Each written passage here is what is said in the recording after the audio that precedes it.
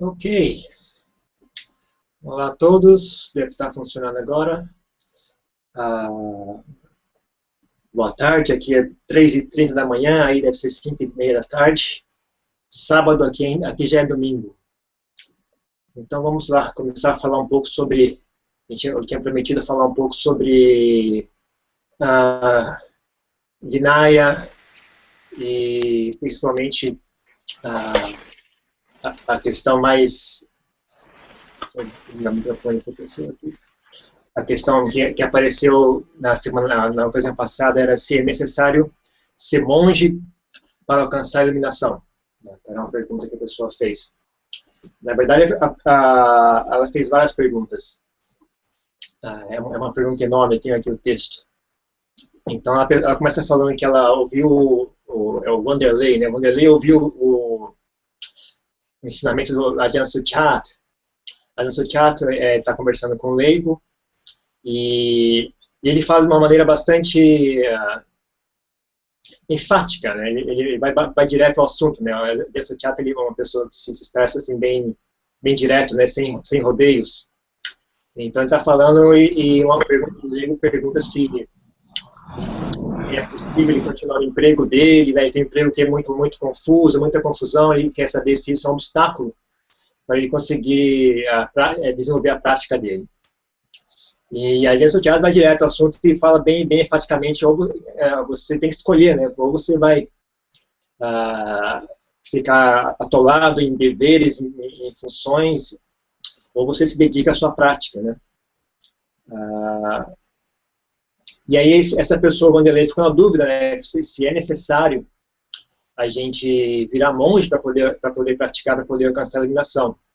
E ele estende a pergunta se seria um egoísmo, né? Supondo uma pessoa que tem filhos, tem família, às vezes a pessoa vai cuidando dos pais, né? O pai já é idoso, a mãe já é idosa. Se não seria egoísmo essa pessoa largar tudo, né? E virar monge, né?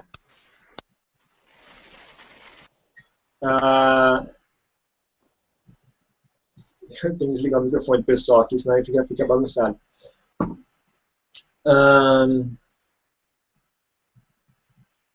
Então a pergunta é isso, né? Egoísmo, dependendo da situação, não seria egoísmo tornar-se monge? Segundo, é necessário ser monge para alcançar a iluminação, sim ou não? Então, não é possível praticar como na vida laica, né? Então, só para um primeiro aspecto, inicialmente eu tinha pensado em fazer essa palestra, eu estava pensando em fazer eu estava pensando em explicar como é que surgiu a ordem monástica dentro do budismo, por que o Buda estabeleceu a ordem monástica. Mas aí eu fui olhar nos sites de internet do Brasil, do budismo Theravada, e me deu uma ótima impressão. Eu acho que no Brasil o pessoal está com uma boa percepção do que é a ordem monástica, como é que funciona, qual é o propósito de tornar-se monge, né? Então eu não vou entrar nesse assunto, porque se vocês pesquisarem aí no Acesso ao Insight, no Nalanda, em vários outros sites, né, tem informações suficientes sobre isso, informações boas, né? Estão bem escritos, tem artigos muito interessantes, bem escritos para o pessoal aí. Então vocês estão... E mesmo o meu contato que eu tive com o pessoal no Brasil foi bom, né? Meu contato que eu tenho tanto pela internet, quando eu estive aí no ano passado, ou foi esse ano passado, quando estive aí no ano passado, e me causou uma boa impressão. Eu acho que os praticantes do Theravada brasileiro têm uma atitude bastante madura para com a sanga monástica, né? Algumas pessoas caem no extremo de idolatrar os monges, achar que os monges são puros, são seres maravilhosos, vindo dos paraísos, e não sei mais o que. E outras pessoas caem no extremo de achar que esses monges não sabem nada, eles são apegados a essas regras, essas convenções, isso aí não é o caminho do Dharma, e etc. E tal. Não são dois extremos, né? Que são poucas pessoas no Brasil que têm essa atitude, né? Pelo menos eu encontrei muito poucas. Encontrei algumas, mas poucas. A maioria das pessoas tem um sentimento bastante saudável, assim, né? Que os monges são pessoas comuns. A única coisa que acontece é que eles escolheram um estilo de vida que, se bem utilizado, é bastante propício para praticar e ganhar entendimento profundo do Dharma. Mas aí, enfatizo, se bem utilizado. Esse se é enorme, viu? Vocês só vão saber o tamanho desse se vocês vierem aqui para a Tailândia e ver como é que realmente acontece. Então, esse se é muito importante, né? Não basta ser monge, né? Tem que saber usar isso de forma correta. Então, eu só queria dizer o seguinte, que na verdade, a verdadeira razão pela qual o Buda criou a ordem monástica é essa. É para que as pessoas tivessem uma oportunidade melhor de praticar. Uma situação mais favorável. Então, entendam isso como uma coisa bastante prática, né? Motivo pelo qual as pessoas...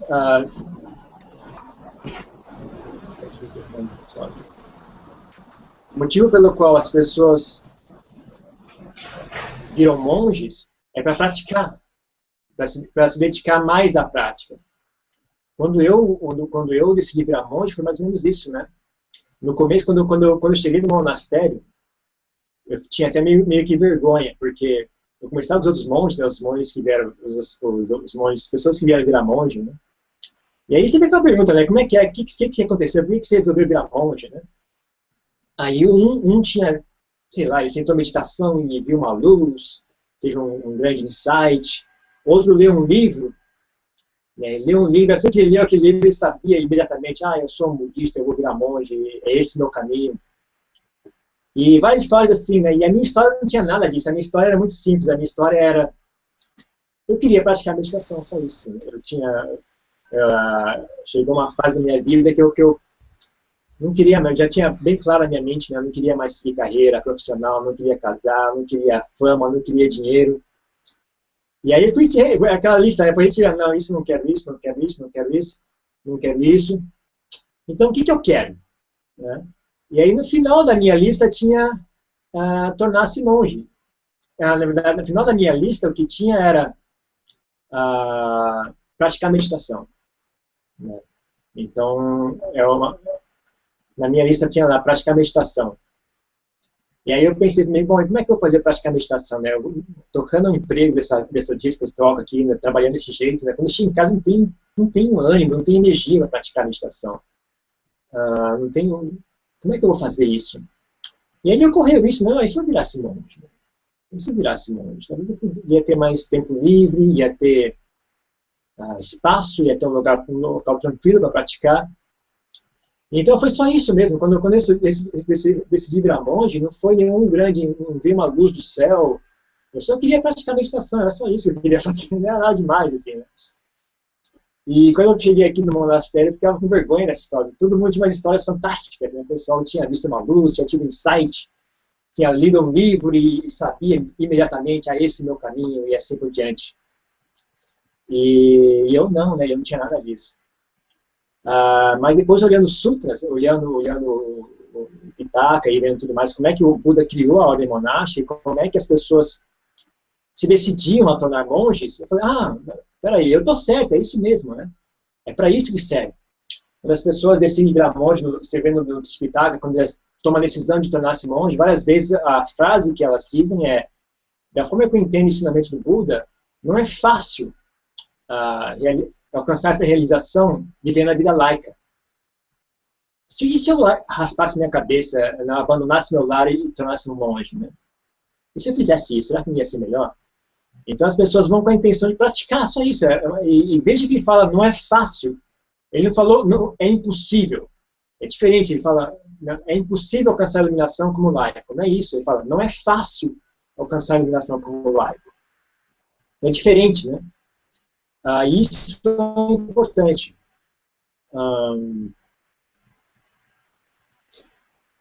Então, basicamente, o resumo da história é justamente esse. A ordem monástica não é uma comunidade de seres divinos, é uma comunidade de seres humanos comuns, pessoas comuns, que viram monge com uma intenção.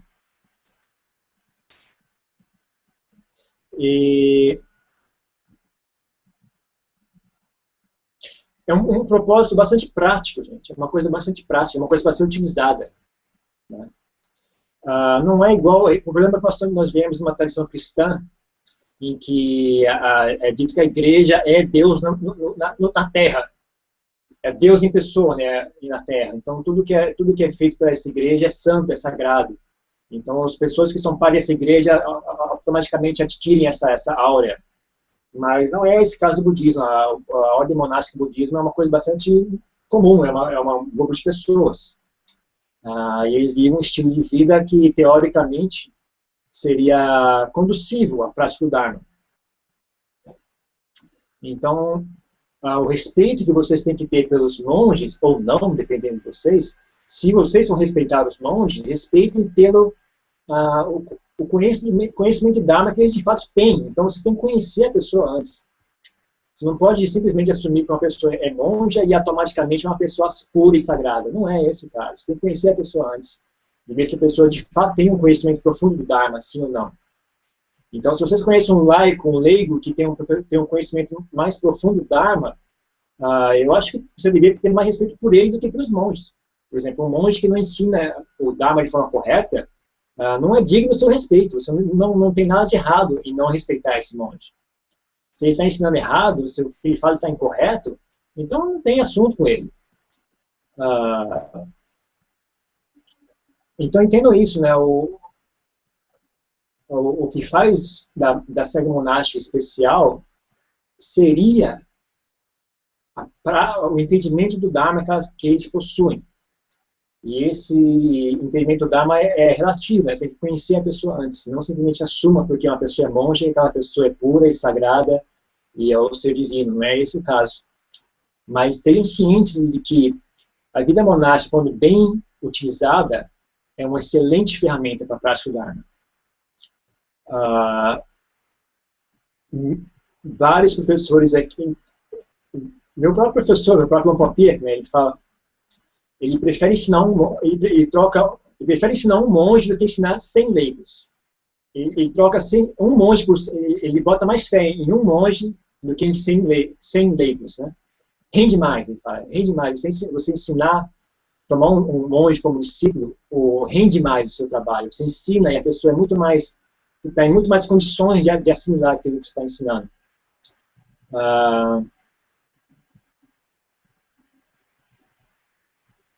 Então é uma coisa prática. A questão é impossível alcançar a iluminação vivendo a vida laica? Não é impossível. É um pouco mais difícil, mas, de novo, eu insisto, né, essa dificuldade depende de você. Se você souber usar de forma correta, não é mais difícil do que como monge. Se uma pessoa não tem inteligência, sabedoria em viver a vida monástica, ela se afunda ainda mais do que os laicos, ela perde o caminho. A vida monástica não é a garantia de sucesso. E nem sequer é garantia de não regredir. Né? Se você virar monge e não souber fazer direito, você regride, na verdade. Você fica pior do que antes. Você começa de um jeito e termina pior do que você estava antes. Então, é uma coisa que tem que ser utilizada de forma correta. Quando utilizada de forma correta, é uma ferramenta excelente. Excelente.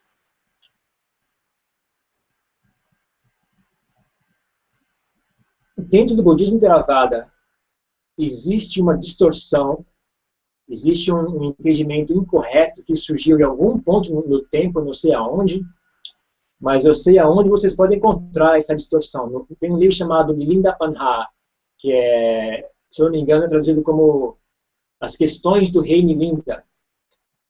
Nesse livro, que é uma obra fictícia, ele não relata um evento real, é uma obra de ficção, a pessoa que escreveu aquilo inventou sozinha aquele diálogo. Ele expressa a ideia de que somente monges podem alcançar a iluminação. Isso é uma tradição que surgiu dentro do budismo Theravada, isso não faz parte do budismo originalmente. Essas pessoas inventaram com o tempo. E acabou ficando cristalizado, principalmente por causa desse livro, né? Em Myanmar, eles entendem esse livro como sendo parte do Tipitaka. Na Tailândia e no Sri Lanka, não. Na Tailândia e no Sri Lanka, eles entendem que é uma obra à parte, uma obra literária que alguém escreveu, não faz parte do Tipitaka. mas é uma obra muito antiga, né, e muitas pessoas respeitam essa obra. E lá está dizendo que só monge alcança a iluminação. Existe uma lei cósmica, que somente monge pode alcançar a iluminação. Ele diz assim, se um leigo alcançar a iluminação, ele tem que virar monge imediatamente. Se ele não virar monge, ele cai morto no chão. Uma coisa muito estranha. Se você alcançar a iluminação e você não virar monge, imediatamente você tem um ataque cardíaco e cai morto no chão. É o que diz esse livro, né? E aqui na Tailândia, ninguém nunca caiu nessa história, né? Os mestres na Tailândia são bastante... se expressam bastante claramente sobre esse assunto. Isso é conversa fiada. Isso não existe. Isso é folclore.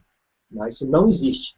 Isso é um livro, alguém escreveu, essa é a opinião daquela pessoa que escreveu aquele livro. Não tem nada a ver com a realidade. Isso não existe. Então, isso não é só a minha opinião. Estou repetindo também o que eu ouço aqui dos mestres da Tailândia. Né? Todos os mestres da tradição aqui, eles são unânimes, mas isso é conversa fiada. Isso não existe. Eu tenho até de sarro, né? Como é que pode você virar de iluminação é essa? Você conhece iluminação e morre? A iluminação é envenenada? Que iluminação é essa? Não tem nada a ver isso aí.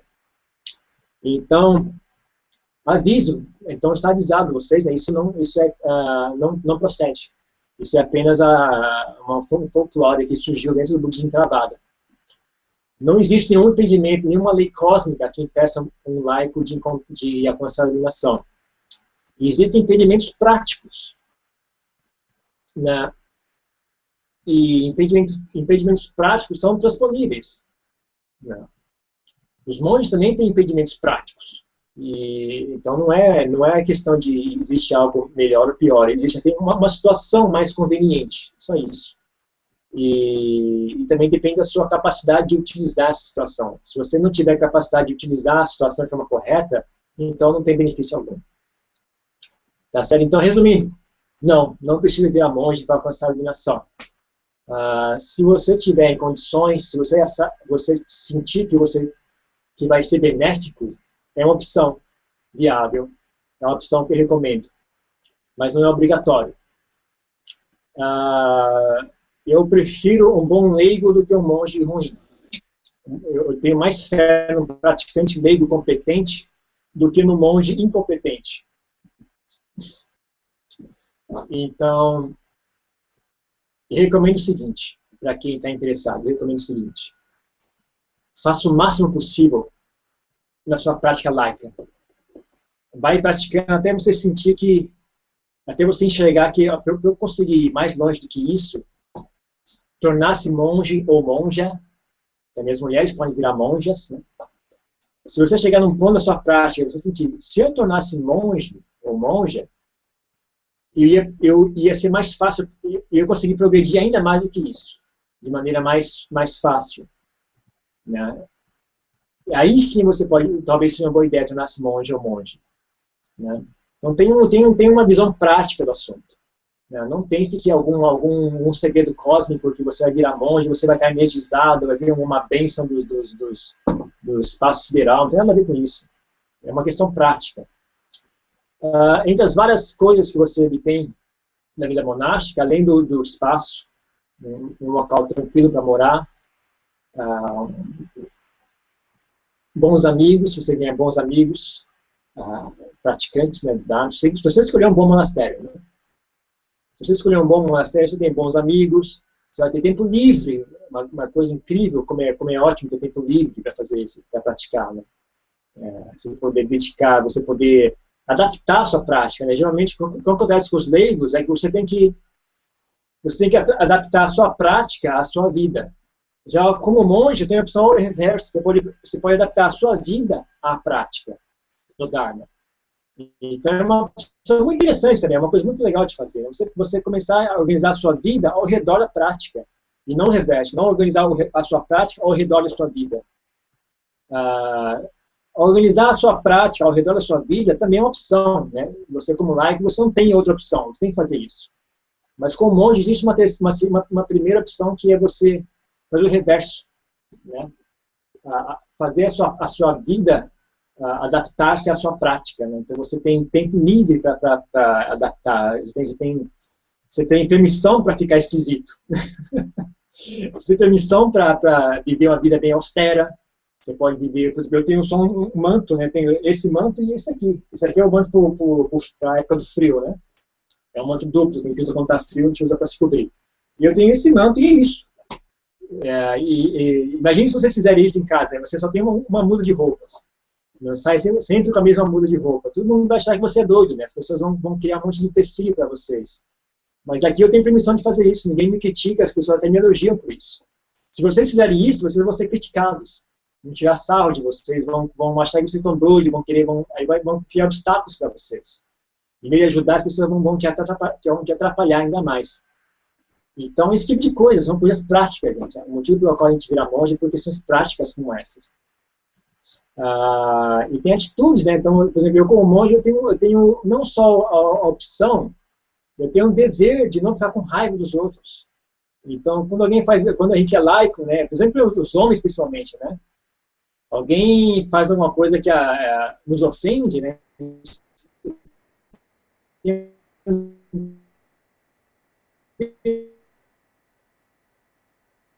Tem um dever de retornar a pessoa, de perdoar a pessoa, de não ficar com raiva. Então, esse tipo de coisa cria uma energia mental muito interessante, né? Você tem muito do que você é uma reação de como as pessoas enxergam você. Então, você é uma reação. Ei, minha câmera desapareceu. O que aconteceu com minha câmera? Alguém desligou minha câmera?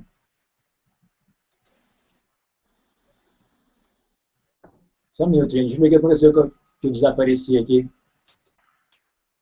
Bom, não sei. Bom, vou falar aqui. O que é esperado de você? Você é uma, em grande parte, nós somos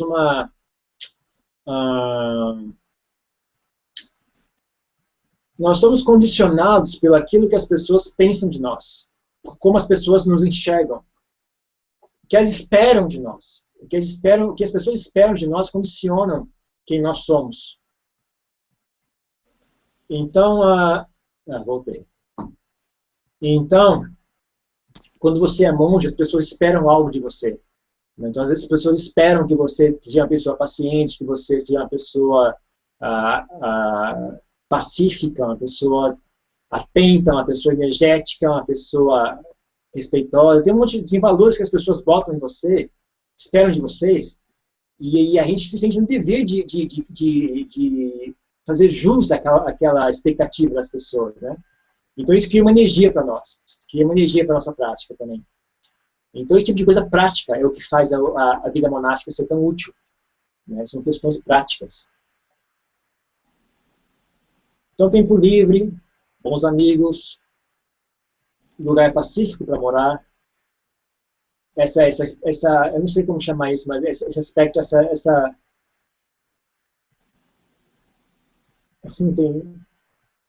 esse aspecto psicológico, né? Você cria uma personalidade que deveria expressar o Dharma. Então, você cria essa personalidade, as pessoas exigem que você se comporte dessa forma. Então, você tem um empurrão, né, nessa direção. Né? A sociedade empurra você naquela direção. Então, você ganha energia, mais ainda, né?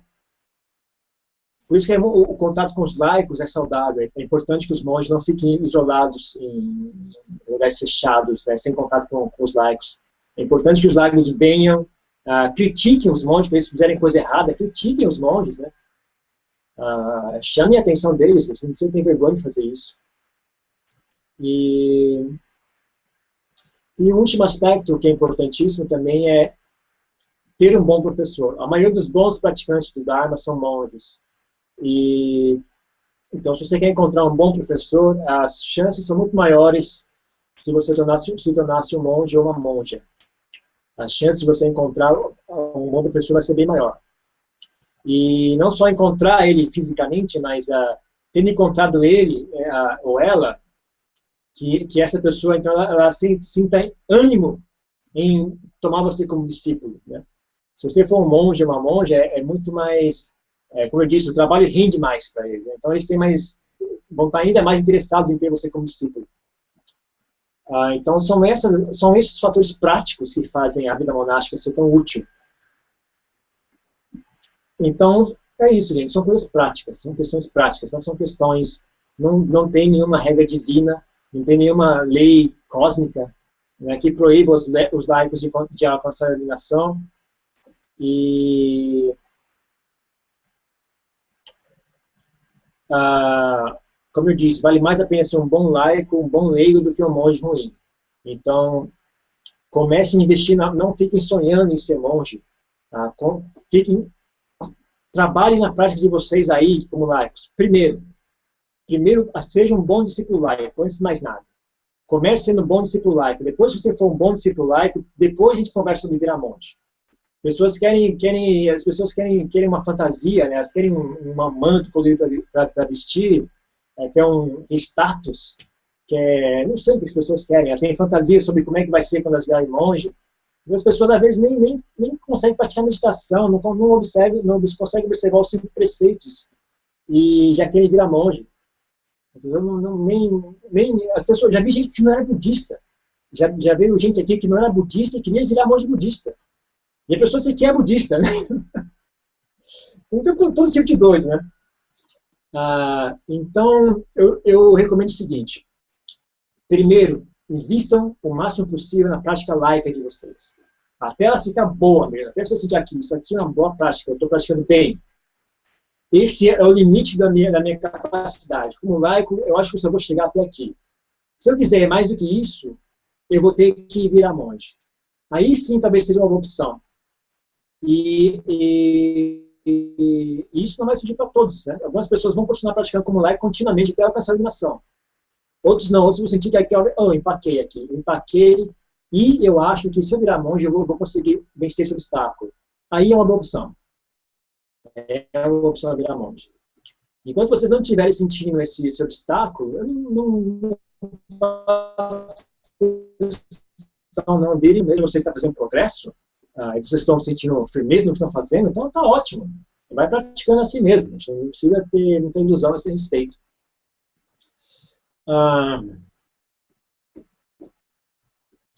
É egoísmo virar monge caso nós tenhamos família, tenhamos filhos pequenos, temos pais idosos, tem pessoas que dependem de nós. É egoísmo, sim ou não? Muito relativo. Depende de cada situação. Depende de cada situação. É impossível dar uma resposta fixa sobre esse assunto. O que eu apenas diria é: seja honesto consigo mesmo, né? Se você não tem certeza do que está fazendo, você, por exemplo, jogar um pai idoso num asilo e vai virar monge, você não vai conseguir escapar desse karma assim tão fácil. Viu? Quando você virar monge, você vai continuar lembrando disso. Quando começa a aprofundar na mente, você começa a ver a importância dessas coisas, a importância da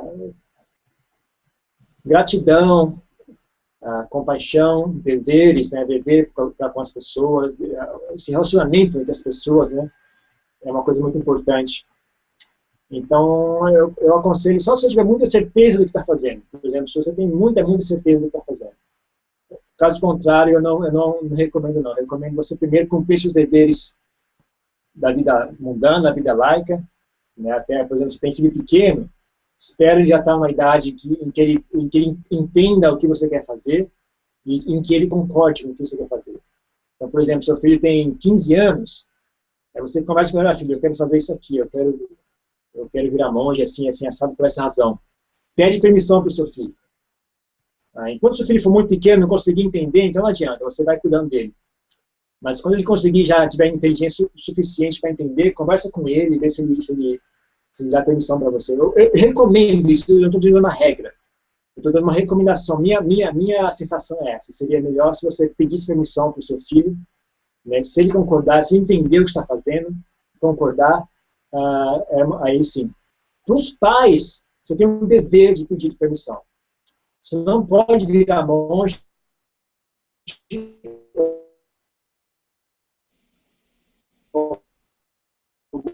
sem pedir. então com seus filhos. Essa é uma recomendação minha. Então é isso, basicamente é isso, que eu acho que eu já falei demais. Né? Eu queria, como hoje tem bastante gente aqui, vamos ver como é que funciona esse bate-papo. Eu acho que o microfone de todo mundo está desligado. Então, quem quiser conversar comigo, quem tiver alguma pergunta, ligue o microfone e faça a sua pergunta. E depois que fizer a pergunta, desligue o microfone novamente, porque senão dá eco e dá problema. Ok? Então é assim, liga o microfone, faz a pergunta e desliga novamente. Tá bom? E, então é isso. Deixa eu ver, eu quero ligar esse negócio aqui. Eu não sei como é que funciona esse negócio muito bem. Ok, yes. Ok, gente. Então, alguém tem alguma pergunta, alguma coisa ou não?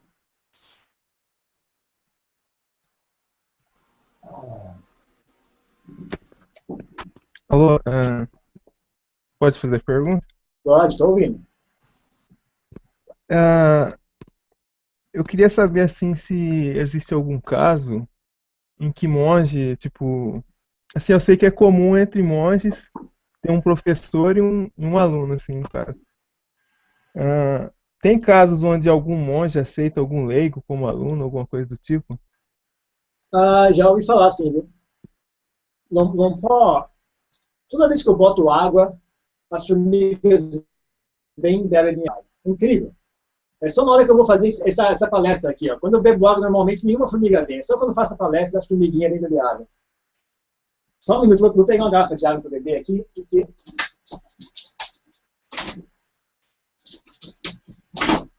senão minha garganta fica seca, eu não consigo falar.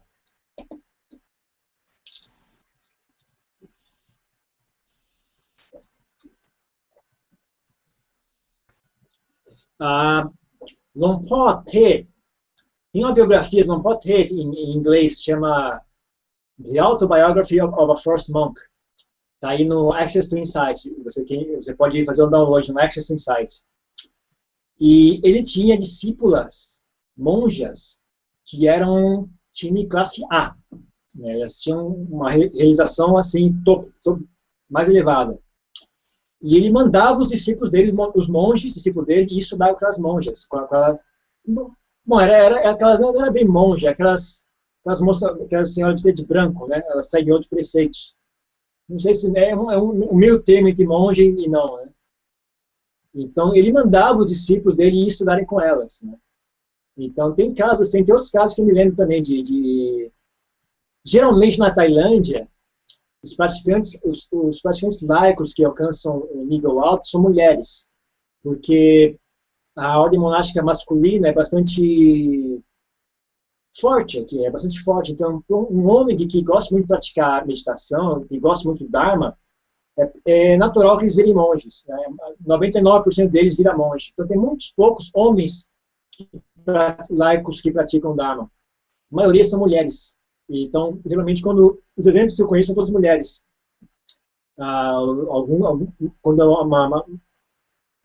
Quando tem uma praticante que tem um nível alto de realização, às vezes os mestres mandam os monges estudarem com elas. Já ouvi falar disso, sim. Ok? Mais alguma pergunta? Se não tiver, eu vou ler aqui as perguntas. Tem umas perguntas escritas aqui, né? Ô Bante, no caso assim, eu quis dizer assim, por exemplo, um monge quando ele está no início, daí ele tem, sei lá, parece um período de 5 anos junto com o professor, algo do tipo assim, que é um outro monge. Eu falo assim, no caso, tipo, é um leigo que frequenta o monastério lá e tal, daí ele fala, se oferece para um monge para ser professor dele, tipo, orientar a prática dele, algo do tipo. Parecido com o que acontece com os monges iniciantes e ter um professor, assim, tipo, no Não, caso, não acontece, né? algo do tipo, Não, nesse caso não, né? nunca ouvi falar disso. Nesse estilo, nunca ouvi falar. Em geral, não. É só quando... É só tempos, períodos curtos, assim, eu já ouvi falar. Mas, tipo, ir morar e, e ter aquele leigo como mestre principal, assim, eu nunca ouvi falar. Mas eu já ouvi falar de você ir e perguntar e passar um tempo com aquela pessoa estudar a meditação com ela e depois voltar para o monastério. Mas morar de forma regular, assim, em países chama tomar nissaia. Não, tomar nissaia com aquela pessoa, não vou falar. Acho que não seria apropriado também, porque esse nissaia é uma exigência do Vinaya, né? E do Vinaya é um monge. Tem até uma especificação quantos anos de monge aquela pessoa tem que ter para poder ser o seu professor. E tem qualidades, né, que a pessoa tem que suprir. Então não seria correto, não. Se fosse um leigo, não seria correto. Ok? A luz apagou. O que aconteceu agora? Não, tipo, eu falo Não, só assim. um minuto, Luciano, só um minuto. Deixa eu Ok. ver a luz aqui.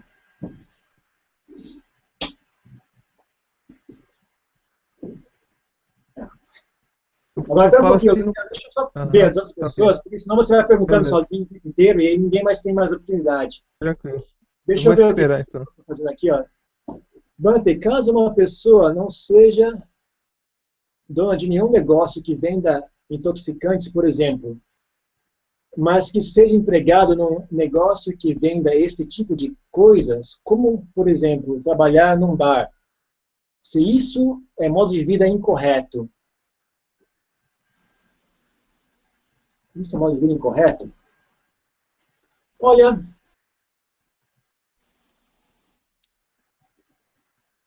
não, fica meio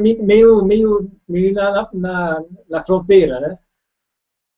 Eu acho que se você é empregado, você está seguindo as ordens do seu patrão, você pode passar esse carro para ele, sabe? Ele mandou você vender álcool, né? A pessoa que veio, ela veio e pediu álcool.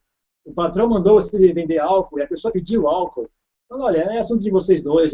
Você simplesmente está fazendo o trabalho ali de receber o dinheiro e fazer essa parte prática, só de, né? Eu acho que não seria a melhor profissão do mundo, viu? Mas se você puder evitar, eu recomendo. Porque não só, por exemplo, você está num bar, você está trabalhando como como é que chama, né? Bartender, não é um ambiente muito saudável. Você não vai conhecer pessoas muito sábias nesse ambiente. Não vai ter muito bons exemplos de pessoas nesse ambiente. Então, eu recomendo, se pudesse evitar, eu recomendaria. Mas eu não acho que seria não seja, o karma não é tão pesado assim, quanto se você estivesse fazendo isso, você fosse o comerciante em si, né? Ou fosse o dono do negócio, e você intencionalmente vendesse álcool, né? Não vendesse drogas, né? Você é um traficante de drogas, né? Então, eu acho que é um pouco diferente nesse caso. Mas ainda assim, não é muito bom, não. Se você puder evitar, recomendo, né? Do pessoal que tá aí ao vivo, alguém tem uma pergunta? Não. Então, vou ler mais uma aqui. Ó. Bante, se não interpretei errado, somente os petas teriam o benefício de receberem méritos. Nesse caso, porque existem pujas onde é transferido mérito para todos os seres. Se os seres humanos, animais, seres celestiais e dos infernos não poderão receber,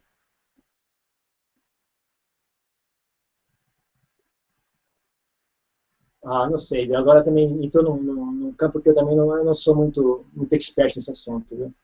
Não sei responder essa pergunta. Né? Talvez sim, talvez não. Eu acho que a pessoa que mais recebe o mérito, na verdade, é quem faz essa prática de mandar meta, né? Mandar essa...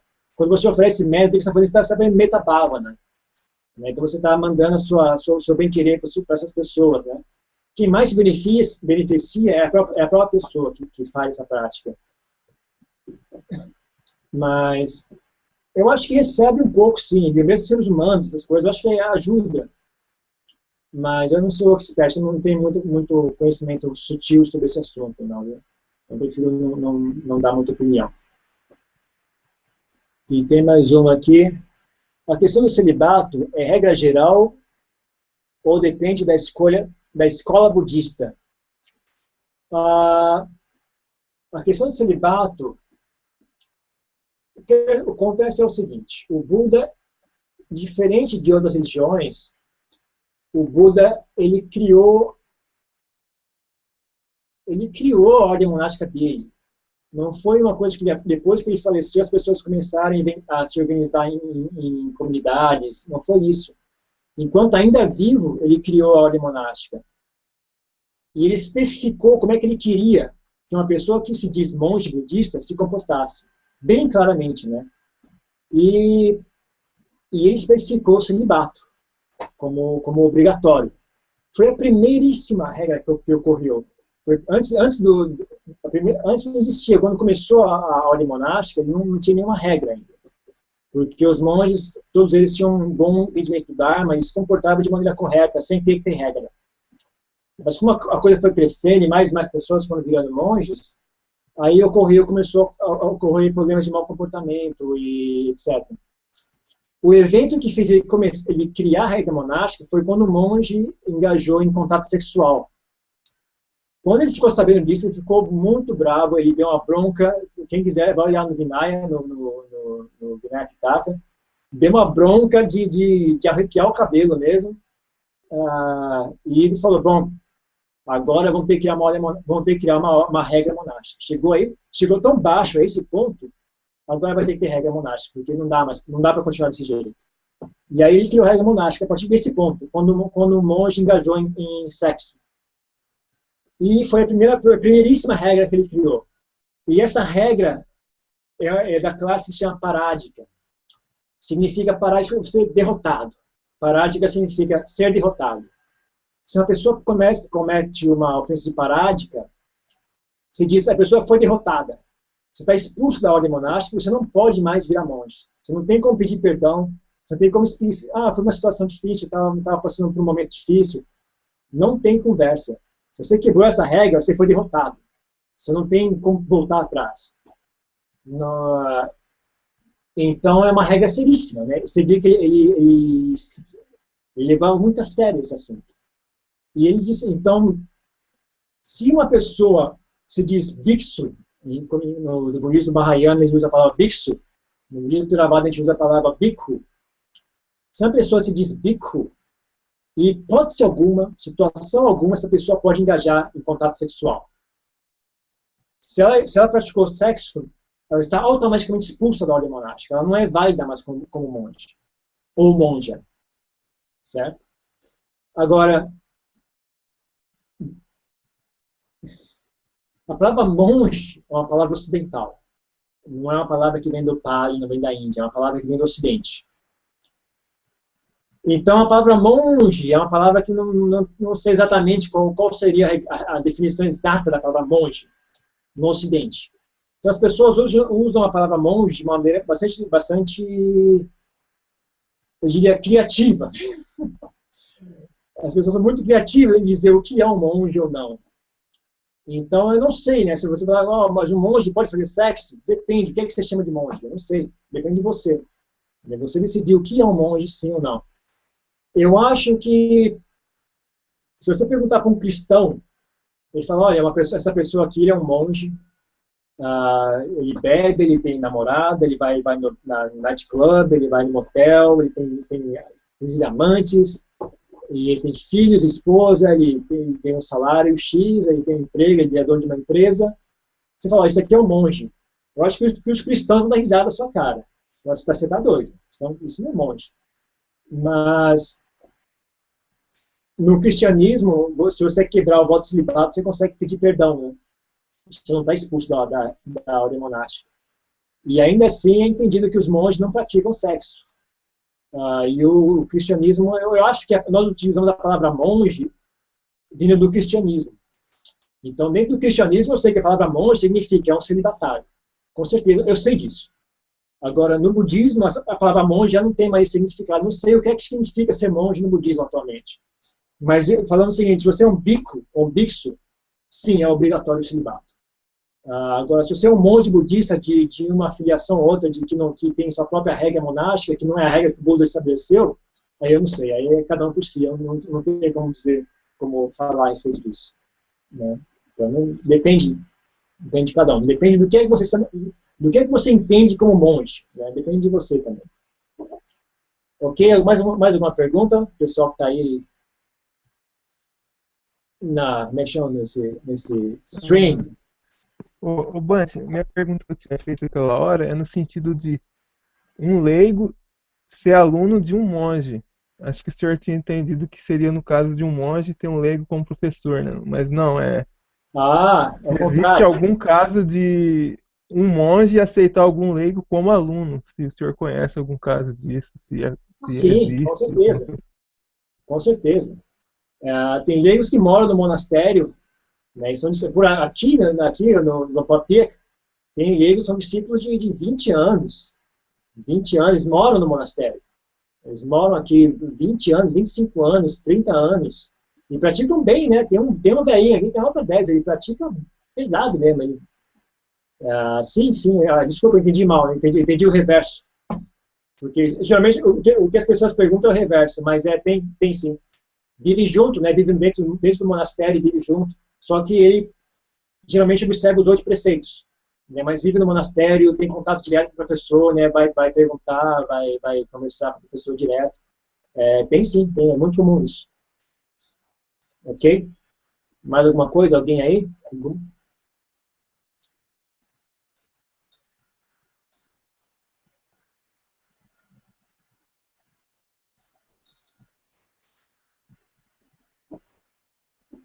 Então, não tem mais nenhuma pergunta, gente? Se não tiver, eu vou encerrar a palestra, hein? Atenção, que horas nós estamos? Nós estamos aqui. Vou aproveitar para fazer mais um aqui.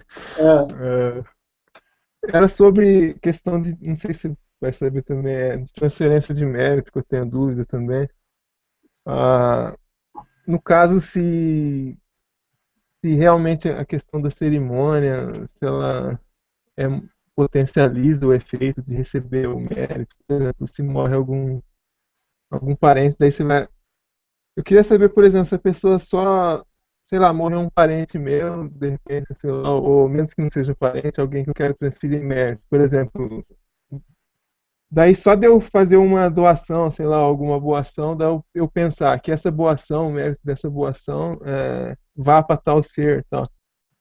Só esse pensamento, essa intenção já é suficiente, tem que ser feita a cerimônia de transferência, ou se não precisa fazer muitas vezes. obrigatoriamente cerimônia. Eu não tenho fé em cerimônias, mas eu tenho fé na mente das pessoas, na força que tem dentro dos seres humanos. Eu entendo que essas cerimônias elas são úteis como uma forma de focar a sua energia. Então, você simplesmente pensar, é legal, está correto. Mas você pegar e fazer realmente, não, expressar isso como em forma de voz, expressar isso em forma de gestos, né? Você comprar flores, né, e botar flor no altar como um gesto, né? É uma forma de canalizar ainda mais energia, a sua própria energia, não vem energia do espaço sideral. É a sua própria energia que você canaliza, né? Então, você pegar, acender uma vela, pegar umas flores, escolher as flores, né? Vai até lá, escolhe flor bonita, tal, vê a cor, faz um arranjo, bota a sua energia nessa atividade, né? Use a sua energia para construir essa atividade. Então, melhor ainda, se você for pegar flores, né? Você, em vez de comprar flor, vai num lugar que tenha flores, escolhe as flores, faz um arranjo, né? Vai até um altar, não, pense na pessoa, tal, e bota as flores no altar como um gesto, né? E pensa na pessoa, e assim, recita um cântico, né? Como se fosse oferecendo o som daquelas palavras daquela pessoa. Eu acho que isso canaliza a sua própria energia ainda mais. Então, eu recomendo, né, você fazer essas coisas. Mas isso tem o perigo de virar crença em rituais, que eu não acho que seja correto. Achar que um ritual ele tem força em si mesmo. A força está no ritual. Por exemplo, bom, é isso mesmo, né? A pessoa achar que o ritual é o X da questão. Eu não acredito nisso. Eu acho que o X da questão é a pessoa. E a energia em que eu tenho fé é a energia da sua própria mente. Eu não tenho muita fé na energia dos cosmos, dos seres, dos bodhisattvas que mandam energia para vocês do paraíso, do ocidental, do paraíso ocidental, não sei de onde. Eu não sei se existe ou não, eu não questiono se existe ou não. Mas eu tenho uma questão que é o seguinte: construir atitude. Construir atitude. Então, você tem uma atitude de ter confiança em si mesmo, né? Você ter... O problema é que eu vejo você ficar fazendo reza para pedir força para os seres celestiais. Você cria um hábito mental. Que eu não acho ser proibido, mas não é meu estilo. Eu enxergo mais força em focar aqui, né? Focar em si mesmo. Falar, sou eu que vou fazer isso aqui. Eu vou mandar minha energia para a pessoa que já faleceu, eu vou mandar minha meta para aquela pessoa. Ter fé em si mesmo. Eu acho que é importantíssimo ter fé. Eu tenho mais fé em ter fé em si mesmo do que ter fé em seres exteriores. Eu acho que, apesar de ter seres exteriores talvez existam, mas o que é mais útil, né? Eu acho que é mais útil aprender a usar a sua própria energia, a focar a sua própria energia do que pedir força nos outros. Eu tenho mais fé nisso do que eu. Então, eu acho que esses rituais são úteis, mas eu recomendo esse entendimento. Eu recomendo vocês entenderem que é uma forma de focar a sua própria energia. Aqui na Tailândia também existe, igual no budismo tibetano, né, as pessoas têm fé em rituais, têm fé que em certos mantras, certos cânticos produzem uma energia que vai proteger a pessoa. Eu não questiono, eu acho que é possível, é provável que seja verdade. Mas eu tenho uma questão prática que é o seguinte, é você criar como eu já disse várias vezes, a gente tem que construir o aluno, né? Tem que construir o praticante do Dharma, você tem que construir essa pessoa, você atualmente não é essa pessoa. Você tem que construir essa pessoa, você tem que construir a psique, você tem que construir a forma de pensar de uma pessoa que pratica o Dharma, de uma pessoa que trilha o caminho. Então, você tem que construir isso, você tem que construir essa pessoa. Então, eu acho que um aspecto de construir essa pessoa, pelo menos para mim, na minha personalidade, né, é essa autossuficiência. Você ter fé em si mesmo e falar, eu vou resolver essa parada aqui. A questão sou eu. É comigo esse assunto. E eu não vou ficar pedindo força para ninguém. A força tem que vir daqui. O dever é meu, a responsabilidade é minha. Porque o problema sou eu. Né? Quem criou esse problema fui eu. Quem vai ter que resolver sou eu. Eu tenho fé nisso. Eu tenho fé nessa estratégia.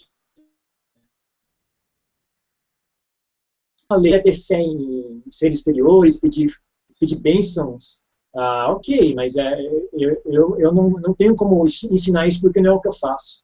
Eu não sei. Tudo tem seu benefício e malefício, né?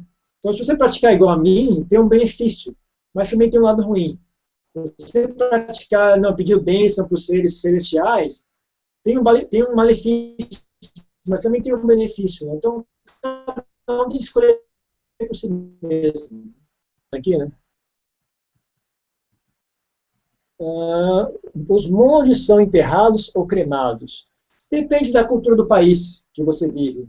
Aqui na Tailândia eles cremam, mas chineses enterram. Quem é chinês aqui na Tailândia realmente enterra. Eu acho que eles cremam e depois enterram, uma coisa do tipo. Eles cremam e depois enterram os ossos. Se você é um monge ou você vem de uma família chinesa, eles vão cremar seu corpo e depois enterrar. E aí tem um cemitériozinho, tem um cemitério, né, que só compra aquelas urnas onde tem os ossos.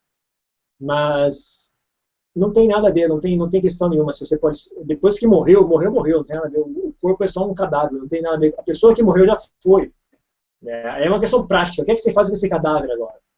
Não, algumas pessoas enterram, acho que economiza energia. Se você enterrar, você economiza muita energia. Porque queimar um corpo requer muito gás, madeira. Você queima madeira. Lá no Alto Paranachá, a gente queimar um defunto não é fácil, não é brincadeira. Ou então eles usam gás, né? Agora eles usam gás, um forno a gás. É gás pra caramba também, é um botijão de gás, aqueles botijão grande, né? Então, a estratégia de enterrar até que é boa, você enterra e as bactérias fazem o serviço sozinho, né? As bactérias se encarregam de decompor o cadáver. Mas aí ocupa espaço, né? Então tem um lado negativo que ocupa espaço. Então é uma questão prática, não importa se você vai enterrar ou cremar, não tem nada a ver. A questão prática. O que eu faço com esse cadáver agora? É só isso. Em geral, depende da família, né? Você tem que respeitar, você não tem que pensar no morto. Dica para quem vai fazer enterro. Dane-se o morto já morreu, gente. Você tem que se preocupar com a família. Como é que você organiza um funeral para que as pessoas que estão vivas não fiquem ofendidas? É só isso. Tá? O funeral é para quem está vivo. Quem já morreu não tem nada a ver, não esquece. O funeral é para os vivos é que vão no funeral. Então, a questão de como você enterra ou crema depende das pessoas que estão vivas, né? A opinião da família, etc. Ok. Agora tem um monte de perguntas aparecendo aqui.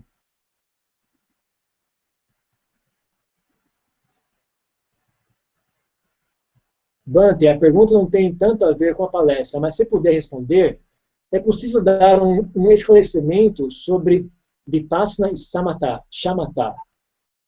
Qual a diferença técnica ou foco entre elas?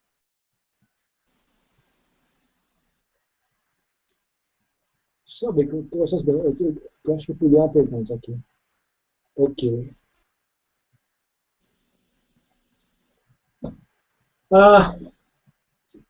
Longa história. É um outro problema, esse negócio de Vipassana e Samatha. Depende de que você entende como Vipassana, o que você entende como Samatha. São termos que pessoas diferentes dão interpretações diferentes. Então, por exemplo, meu professor entende Vipassana é o que você faz depois de ter alcançado jhanas. Então, primeiro você tem que desenvolver os jhanas, pelo menos o primeiro jhana, e aí, você saindo daquele jhana, você usa aquela mente já, como é que se diz isso? Empowered. Aquela mente que ganhou força, né, graças ao samadhi, né, que é os jhanas, você usar aquilo para investigar o corpo, investigar o dharma. É isso que eles chamam de vipassana. Se não for isso, ele chama de vipensana. Ele fala vipassana, vipassana, vipassanuk. Vipassanuk significa vipensana, que é você pensar e ficar refletindo é um exercício intelectual, né?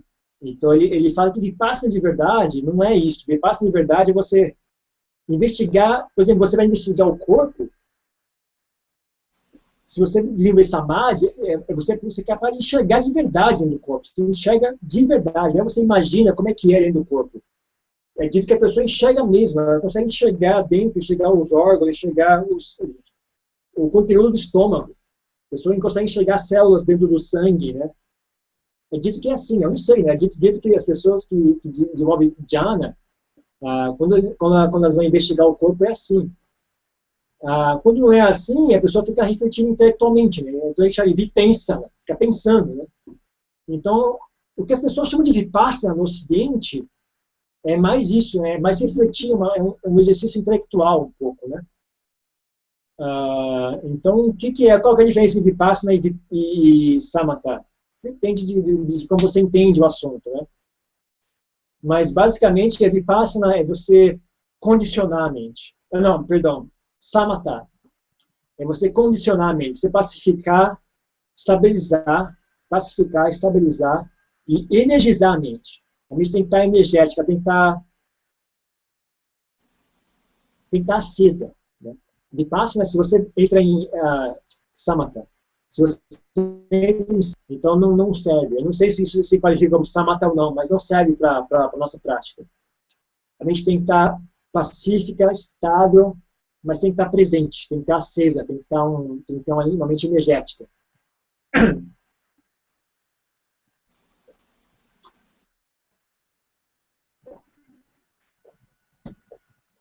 Vipassana seria você usar essa mente condicionada por samatha para investigar. Investigar o quê? Investigar o Dharma, investigar a realidade. Né? Muito basicamente seria isso. Né? Até que nível vai o seu samatha e até que nível vai o seu vipassana, aí depende de quem você pergunta. Né? Vamos ver aqui mais. Pessoal, tá? Enquanto vocês não falarem nada, eu vou ler as perguntas aqui. Ô, Bante, eu tenho uma pergunta. Pode falar. Com relação ao que você está falando desses seres, da crença, desses seres, dessa energia, em algum momento a não crença, até porque não consegue comprovar, como a maioria do Dharma, como o renascimento, por exemplo, pode te impactar na sua evolução, assim, na sua experiência, por exemplo? Repete mais uma vez, o seu som está muito baixo, pode repetir mais uma vez, não? Ah, desculpa. É que você estava falando, tá falando dos rituais, dos seres, a crença de outros seres. Aí eu estou dando um exemplo também do renascimento. A não crença desses pontos, em algum momento, pode te impactar na sua evolução, no caminho, assim? Eu não sei dizer com certeza. Eu acho, quando eu comecei a praticar, eu confesso que eu não dava muita importância para esse assunto, né, de karma, renascimento. Eu não dava muita importância. Ainda assim, eu continuei praticando, fui praticando, virei monge, e ainda assim não tinha. Não é que eu não acreditasse, eu simplesmente não dava importância. Eu não sei, não é questão, eu não acredito, eu acredito, eu não sei, não fosse assunto meu, sabe? Então eu consegui praticar, mesmo sem esse assunto, mesmo sem ter pensar muito nesse assunto, eu consegui fazer algum progresso. Mas eu digo que agora depois de todos esses anos, eu acho que é muito importante. Infelizmente, né, eu sei que muitas pessoas têm muita aversão a esse assunto. Eu entendo a razão pela qual as pessoas têm aversão, né? A razão pela qual as pessoas têm aversão é porque as pessoas são inteligentes. Então as pessoas não querem simplesmente acreditar cegamente, sem saber se aquilo é verdade ou não. É uma coisa que eles não têm como verificar. Então a inteligência da pessoa diz, não acredite nisso, porque você não tem como verificar. Então eu entendo, realmente é uma situação compreensível. Mas se eu disser para você, olha, não tem importância alguma, eu sinto que eu estou mentindo, estou ensinando você errado, sabe? Mas eu digo assim, não é um obstáculo terrível. Eu acho que dá para fazer bastante progresso. Dá para você quer uma estratégia boa, assim, se você não tem certeza, se você não quer envolver com isso, vai praticando sem isso, vai praticando sem pensar nesse assunto. Não acredite nem duvide. Não acredite, mas também não diga que é mentira. Bom, não sei. Talvez sim, talvez não. E vai praticando. Vai chegar um ponto que você vai começar, as peças do quebra-cabeça começam a se encaixar, sabe? Aí você vai poder ter uma visão mais clara. Vai ficar, e aí, ou fica muito mais plausível a ideia, ou você enxerga claramente a ideia, um dos dois. Né? Então, por enquanto, eu diria, vai praticando. Se você não chega a ser um obstáculo, mas fique com a mente aberta. No futuro, a sua opinião talvez mude. Basicamente é isso, porque o importante é isso. Não é obrigatório acreditar, mas não feche a porta completamente. Talvez no futuro você mude de opinião. Okay? Mais ou menos isso. Tá bom. Mais alguma pergunta, gente?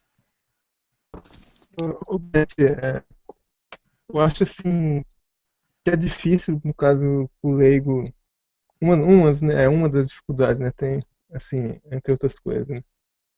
A questão da renúncia à busca de prazeres sensoriais por parte do leigo, né? Porque parece que para o monge seria tipo algo que o Buda coloca, enfatiza bastante, ele evitar, né, buscar prazeres sensoriais.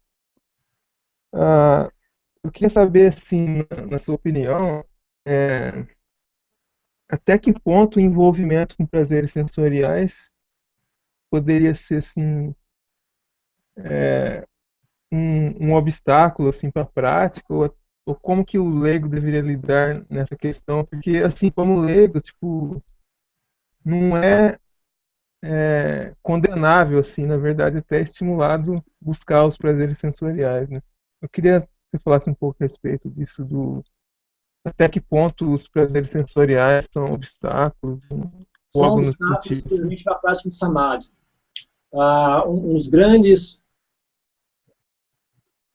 grandes, não só o que impede a mente de alcançar a samadhi, é o vício em prazeres sensuais. Então a mente não se concentra, a mente não volta para si mesma, né? Ela está sempre querendo buscar mais prazeres que vêm dos sentidos. Então ela fica dispersa, é como você manda uma pessoa guardar o cofre está no centro do edifício, né? Você fala, vigie esse cofre. Mas a pessoa vai na janela olhar o trio elétrico passar, vai no telhado olhar sei lá, vai olhar o sol de artifício. E a pessoa não consegue, ela tem desejo de enxergar aquele espetáculo de luz, ela quer ouvir a música. Então ela não consegue ficar ali no centro do edifício cuidando do cofre, né? Ela tem que sair e procurar aqueles prazeres, né? Então é um obstáculo, principalmente para a prática de Samadhi.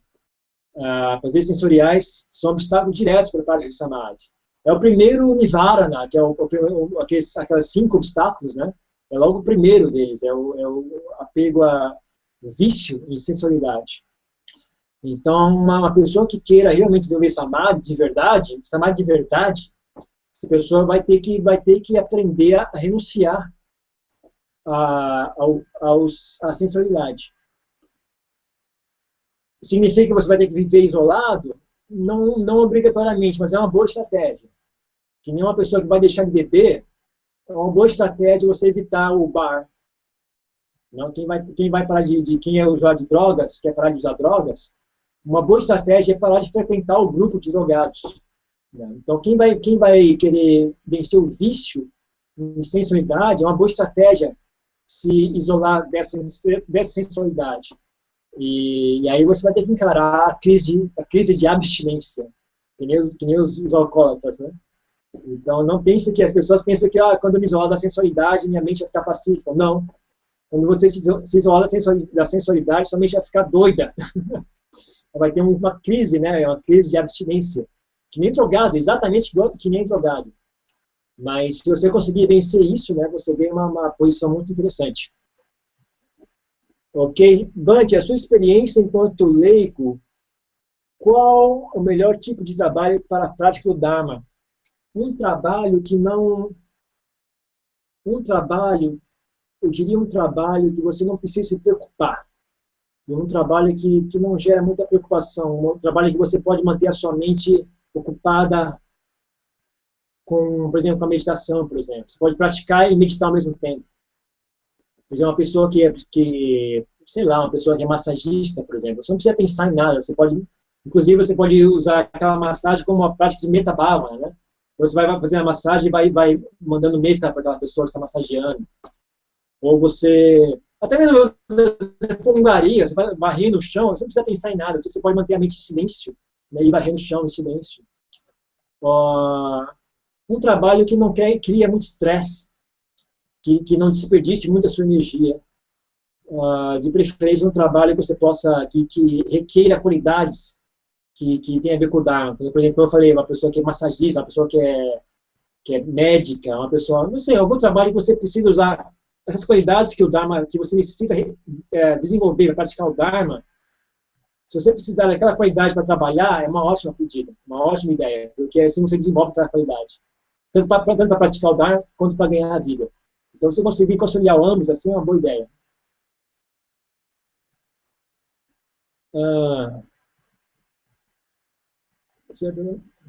A pergunta, eu já respondi essa. Os monges são enterrados, eu também respondi essa. Na questão da vida monástica e alimentação é vegetariana? Alimentos de origem animal são proibidos? Não são proibidos. Principalmente no budismo Theravada, a gente vive de esmolas.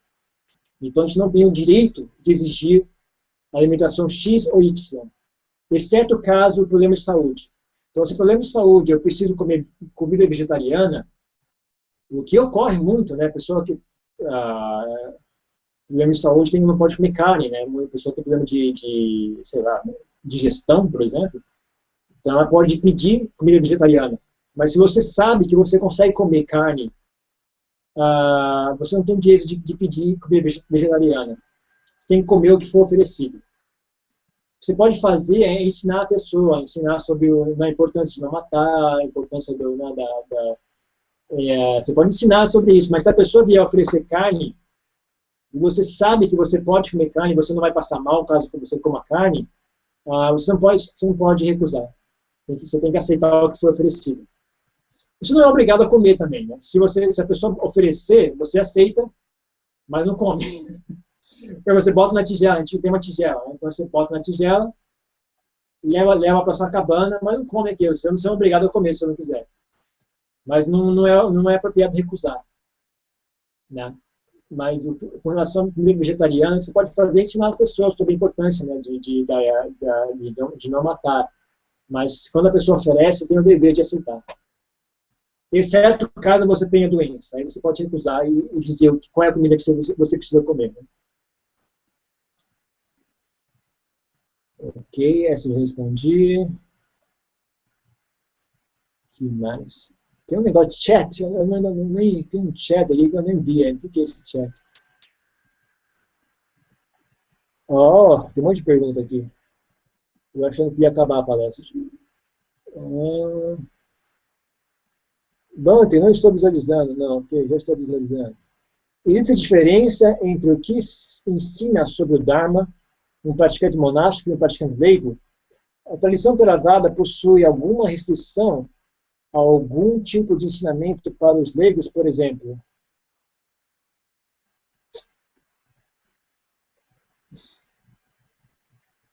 Olha, o problema é o seguinte, o grupo de leigos é muito diverso. Então, tem leigos que praticam seriamente, tem leigos que são usuários de drogas, tem leigo que é ladrão, que é assaltante. Então, principalmente aqui na Tailândia, né, quem vem no monastério é muito incerto, a gente não sabe, né? Então, geralmente na Tailândia, quando ensina os leigos, minha internet vai acabar daqui a pouco, hein? Daqui a pouco vai acabar a internet e não... Quando acabar, porque acabou. Quando ensina os leigos na Tailândia, em geral, eles enfatizam sila, que é moralidade. Porque são poucos as pessoas que realmente fazem progresso com a prática, né? Até chegar ao ponto de samadhi, são poucos. E a maioria das pessoas ainda não consegue sequer observar de forma correta. Né? Então tem que ensinar as pessoas sobre moralidade. Mas a vida monástica tem um estilo próprio. Né? Tem o que é esperado de um monge, em termos de personalidade, é diferente do que é esperado de uma pessoa laica. Então, quando os monges estão juntos, né, o professor ensina de um jeito. Ele tem uma pegada própria. Né? A forma que ele passa são diferentes dos valores que ele passa quando ensina para os leigos. Mas em termos de técnica, não tem diferença. Técnica, não tem. Mas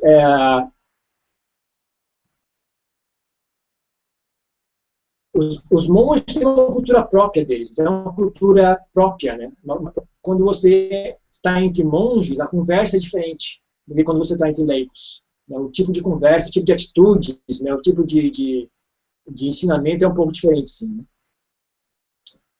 Como identificar um professor do Dharma legítimo, sendo ele monge ou leigo? Ah, essa é uma boa pergunta. Eu vou beber um pouco de água antes de responder.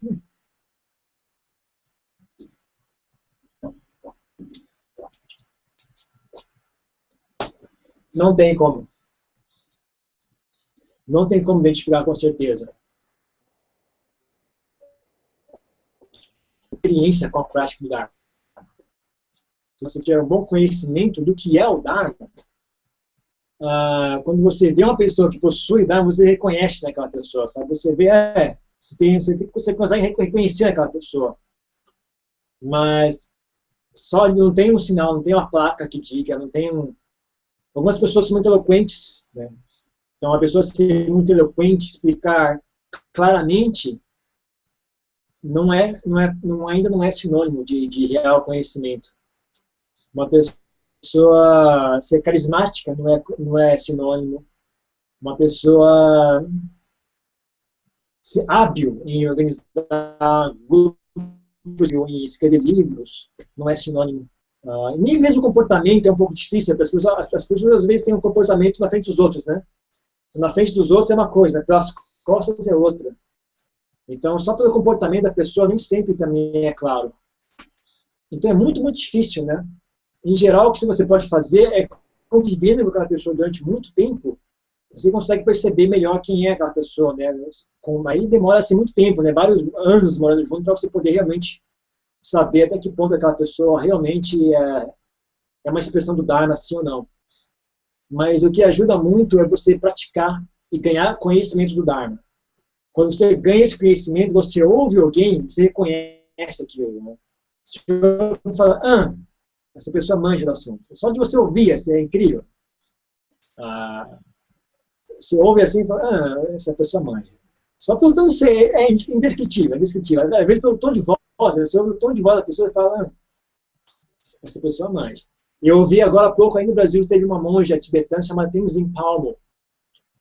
Jetsuma Tenzin Palmo. É uma monja britânica.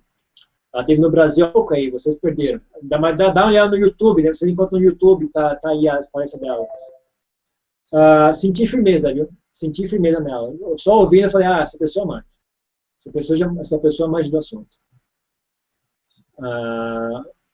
Então é mais ou menos isso. Para vocês realmente saber, só quando você alcançar aquele nível de Dharma, né, o nível mais elevado, você poder ver diretamente quem é quem. Mas enquanto você não tem essa capacidade, né, você tem que ganhar experiência, né, você tem que julgar pela sua intuição. Se você não tem intuição, você tem que aguentar, tem que arriscar. Acho que no final das contas você tem que arriscar, né? Você vê o que a sua inteligência diz, né? Tenta avaliar aquela pessoa e boa sorte, não tem jeito, não tem como saber com certeza. Né? É muito, muito incerto esse assunto. Ok? Bante, foi falado que em determinado momento da prática pode se achar necessário virar monge. No seu caso, como foi? E como saber qual é esse momento? Não tem como saber com certeza. Você tem que saber sozinho. Eu não sabia com certeza. Quando eu fui virar monge, eu não contei para ninguém. Eu peguei minhas coisas, vendi meu carro. Uma coisa eu sabia com certeza. Eu não ia mais voltar para o Brasil. Como eu sabia isso, não é indescritível. É uma coisa minha mesmo. Né? Eu sabia, eu estou saindo do Brasil agora, eu não vou mais voltar. Sabia bem, bem fundo em mim. Eu sabia, não tem como expressar isso para você. O que é que eu ia fazer exatamente? Eu tinha a ideia eu ia viajar um pouco e ia passar no monastério. E eu queria saber como é que era a vida no monastério, etc. Mas não tinha decidido com certeza. Falar, eu vou virar monge com certeza. Eu falei, eu vou olhar como é que é o monastério e aí eu vou saber como é que é. Você na internet. Era discado, né? Você tinha que usar o telefone, discar para a internet, era lento, né? Aquele negócio todo. Muito pouco material para ler. Então não tinha conhecimento algum. Não sabia como é que é um monastério, como é que as pessoas vivem. Né? Então eu fui ver primeiro como é que é.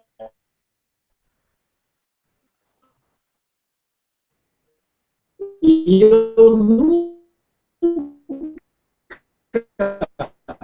não vou deixar você pensar assim, você deu o primeiro passo a fracassar na sua vida monástica. Você tem que estar sempre atento, né? Que você ainda não é iluminado, então você tem que estar sempre cuidando da sua prática. Se você achar que eu estou garantido, quando você achar que eu estou garantido, então eu simplesmente vou tocando, vou tocando só isso. Eu sei que eu estou muito empolgado com a minha prática, eu adoro praticar meditação, eu adoro estudar o Dharma, e não me enxergo nesse momento, não me enxergo fazendo outra coisa. E enquanto for assim, eu vou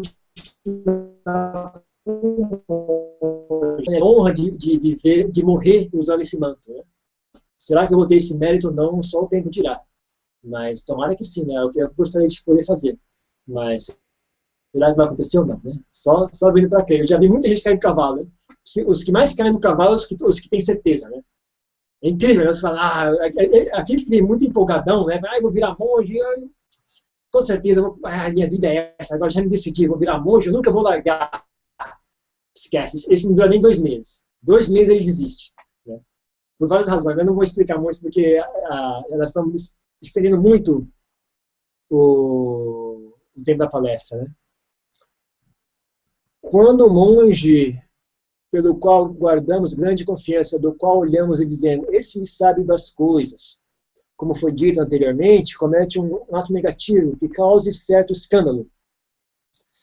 Como devemos olhar para esse monge? Como isso poderia não macular nosso olhar para a tradição como um todo, como eu falei, os monges são seres humanos, né? Os monges são seres humanos, os monges são pessoas. Então, lembre-se disso, nunca se esqueça disso. Os monges são pessoas. E olhe como uma lição, né? Nunca perca o ponto de vista de que sempre que você passa por uma coisa ruim, é uma oportunidade excelente de aprender algo, né? Então, olhe sempre, hoje aprendi mais uma coisa. Hoje eu aprendi mais uma coisa. Então, lembre, né, como você confiou naquela pessoa, como você achou que ela era uma pessoa pura e perfeita, era um santo, e veja, né, agora como é que é. Você, a minha mente não é confiável, a minha mente prega peça de mim, a minha mente disse que era confiável, mas não era. Então, não aprenda, né, você vai aprendendo, vai observando a mente. Você pode resumir tudo num processo mental, né? O que nós estamos estudando é a mente, nós estamos estudando os arahats nem os bodhisattvas. Nós estamos estudando a nossa própria mente. Então, tudo que você interpreta, tudo que você experiencia, você traz de volta para si mesmo. Então, aquela pessoa fez isso, fez aquilo, problema dela. Agora, o que não é o assunto meu assunto é o que aconteceu aqui dentro, né? O que aconteceu aqui dentro é o seguinte, eu construí confiança naquela pessoa, e agora como é que é esse processo? Como é que a confiança se constrói? Como é que a confiança cessa? Né? Qual é a sensação de quando a confiança cessa? E aprender, né? E sinta, e fique com raiva, né? Fique com raiva de si mesmo. Você fica na cegueira, você não sabe quem é quem. Né? Pode ficar com raiva, porque essa raiva vai ser combustível para a sua prática. Que raiva, eu quero enxergar por mim mesmo, eu quero parar de ser cego. Eu quero parar de ter que confiar nos outros. Eu não quero mais ter confiança. Eu quero saber. Eu quero ver por mim mesmo. Né? Pode ficar injuriado. Isso vai ser útil para a sua prática. Né? A Ajahn Chah era assim. A Ajahn Chah, quando ele lia os livros e ficava em dúvida. Quanto mais dúvida ele tinha, mais energia para praticar ele tinha. Né? Com mais vontade de saber de verdade. Né? Então, quando você vê um mestre e você se decepciona, você pode trazer de volta para si mesmo, e isso virar combustível para a sua prática, né? Falar que eu me torne independente, que eu não esteja mais exposto a esse tipo de situação, né? Que eu seja meu próprio professor, etc e tal. Uma sugestão é essa, né? Deixa eu ver aqui, tem esse question and answers, mais alguma coisa, né? Cremados, proibidos, celibato. Ok. Você uma pergunta antes de encerrar ou não? Ok, então nesse caso eu vou fechar porque eu também estou cansado, já estou mais 2 horas falando. Ok, então é por isso, por hoje é só. E boa sorte para vocês. Então lembre-se que eu falei, né? Invistam na prática de vocês, na prática laica, não fiquem fantasiando sobre monges. Monges são ótimos, monges são